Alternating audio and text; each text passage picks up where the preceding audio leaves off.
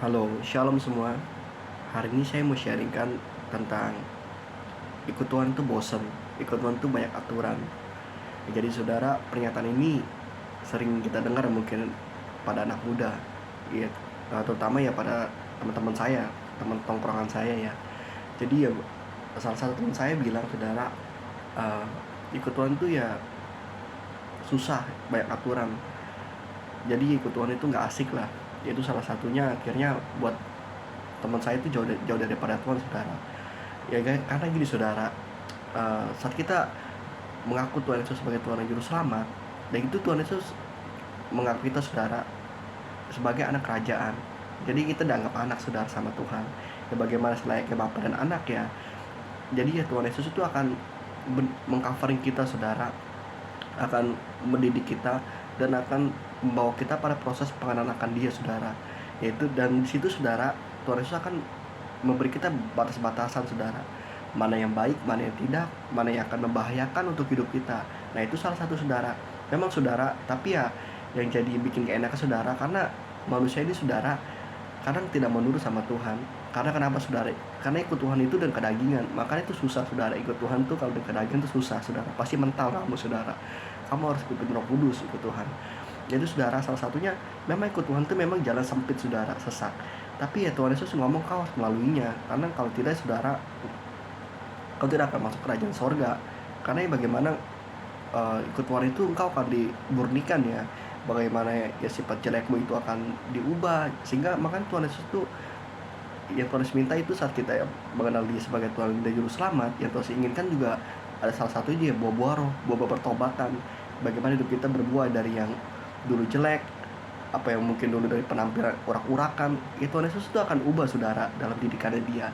Nah itu salah satu, saudara, Tuhan Yesus mendidik kita, saudara, seperti yang Alkitab bilang ya, engkau kau akan dididik untuk tidak menjadi anak yang gampangan, ya gampang menyerah, gampang mengeluh, gampang khawatir, pokoknya gampang yang melakukan hal negatif lah, saudara.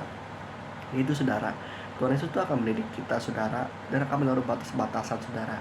Selayaknya bagaimana ayah itu melindungi anaknya, saudara ya.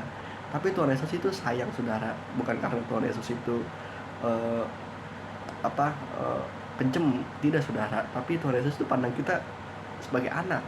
Jadi ya apapun, saudara, karena kan Tuhan Yesus bilang, saudara, mana ada orang tua Bapa di bumi ini yang memberi ular pada anaknya minta telur. Jadi Tuhan Yesus tidak akan memberikan sesuatu yang akan membuat anaknya hancur, saudara. Tidak mungkin, saudara. Jadi Tuhan Yesus akan beri yang baik, saudara, untuk anaknya, saudara. Tapi kadang tuh anak-anak Tuhan itu berpikir yang bagi kita baik, saudara, tapi sebenarnya tidak, saudara, karena Tuhan Yesus yang tahu ujung hidup kita, saudara. Tuhan Yesus tahu ke depannya. Jadi ya saudara, kita jangan so tahu, saudara, jadi anak Tuhan. Jadi itu, saudara, memang saat kita ikut Tuhan pertama kali, kita akan masuk dalam didikannya Tuhan, pengenalan akan Tuhan. Ya, bagaimana Tuhan Yesus akan kasih kita boundaries ya, atau batas-batasan dalam hidup kita. Ya, kita harus nurut, saudara. Memang ya itu, saudara, salah satu, saudara. Kalau kamu tidak mau ikuti, kalau kamu tidak mau nurut, ya silakan kamu jadi anak dunia lah, ya. Tapi ya terserah, saudara, manusia punya free will ya. Kalau kalau engkau mau ikut Tuhan, ya kamu ikutin peraturan Tuhan, kamu ikutin bagaimana ketetapannya dan apa yang menyenangkan hatinya, apa yang berkenan di hadapannya. Tapi kalau engkau tidak ikut Tuhan, ya kamu silakan hidup dengan ya seenak jidat kamu sendirilah. Yaitu, saudara, salah satu, saudara, engkau akan masuk dalam didikan Tuhan dan proses pengenalan Tuhan. Ya, jadi tidak bosan, saudara. Jadi ya salah satunya juga, saudara, ada teman saya juga yang bilang ikut Tuhan itu udah ikut Tuhan lama ya, udah pelayanan, udah berdoa, baca Alkitab, tapi kering, saudara. Berdoa tidak merasakan hadirat Tuhan, pelayanan tidak merasakan hadirat Tuhan. Jadi kering saja, saudara. Ini, saudara, salah satu juga yang terjadi sama hidup saya dulu ya. Jadi, saudara, jadi ya, penyakit anak Tuhan juga, saudara. Jadi banyak orang Kristen itu ikut Tuhan tuh dengan kedagingan, saudara, belum sepenuhnya dipimpin oleh Roh Kudus. Jadi, saudara, bahkan hidupnya dipimpin oleh kedagingan, tidak Roh Kudus, saudara. Banyak anak Tuhan seperti itu, saudara. Makanya, saudara, itu buat anak Tuhan itu tidak merasakan hadirat Tuhan. Karena, saudara, Tuhan Yesus dan Bapa itu sudah di sorga, saudara. Dan sekarang di bumi itu Roh Kudus. Dan Roh Kudus itu ya Tuhan Yesus juga saudara, tapi roh saudara ya. Tapi situ saudara, bagaimana Roh Kudus itu seperti server saudara. Bagaimana dia yang mengkoneksi kita dengan Tuhan saudara.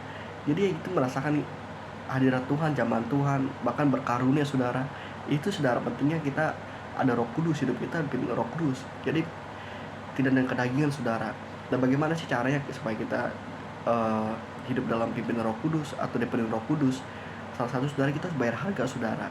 Kita harus kasih makan yang roh saudara. Apa sih salah satunya? Ya kita, ya mungkin ya itu saudara berpuasa, saudara baca firman, saudara menyembah, berdoa. Pokoknya saudara kasih makan yang roh, jangan kedagingan terus saudara.